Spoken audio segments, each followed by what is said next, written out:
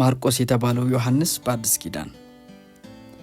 በጥንቷ ቤተክርስቲያን ከጴጥሮስ ጋር ቀረቤታ እንዳለው የሚነገርለት ማርቆስ በአዲስ ኪዳን ማርቆስ የተባለው ዮሐንስ እንደሆነ በእርግጠኝነት ይታመናል። ስሙ ለመጀመሪያ ጊዜ በአዲስ ኪዳን የተጠቀሰው ከእናቱ ጋር በተያያዘ ሁኔታ ነው።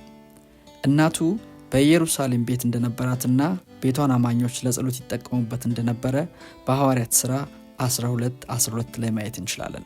እንዲሁም ጳውሎስና በርናባስ ከኢየሩሳሌም ወደ አንጾኪያ ሲመለሱ ማርቆስ ከእነርሱ ጋር ነበር። ሐዋርያት ሥራ 12:25።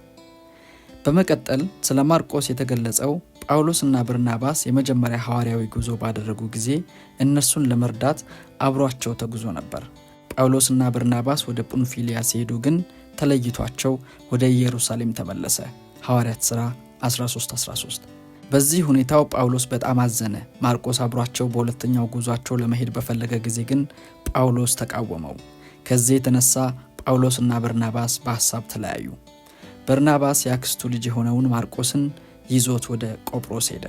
ከዚህ ውጪ በሐዋርያት ሥራ ውስጥ ስለ ማርቆስ የተገለጸው ምንም ነገር አይገኝም። ነገር ግን ጳውሎስ ለቆላስያስ ሰዎች በጻፈው መልእክት ውስጥ የማርቆስን ሰላምታ ወደ እናንተ ሲመጣ ተቀበሉት የሚል ጽሑፍ እናገኛለን። ቆላስያስ 4:10። በፊልሞና 24 ላይ የጳውሎስ የሥራ አጋር እንደሆነ የተገለጸ ሲሆን ጳውሎስ በሕይወት ዘመኑ መጨረሻ አካባቢ ማርቆስን ለአገልግሎቱ በጣም እንደፈለገው በሁለተኛ ጢሞቴዎስ 4:11 ላይ ተገልጿል። ወንጌሉ የተጻፈበት ጊዜ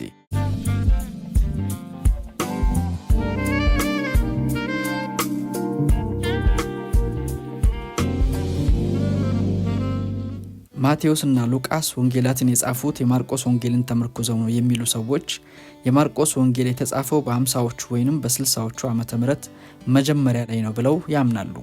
ሌሎች ደግሞ የወንጌሉን ርዕሰ ጉዳይና የጥንት ቤተክርስቲያን አባቶች የማርቆስን ስም ጠቅሰው የጻፉትን ከግምት በማስገባት መጽሐፉ የተጻፈው ኢየሩሳሌም በ70ኛ ዓመተ ምህረት ከመውደሟ ጥቂት ጊዜያት ቀደም ብሎ እንደሆነ ይናገራሉ።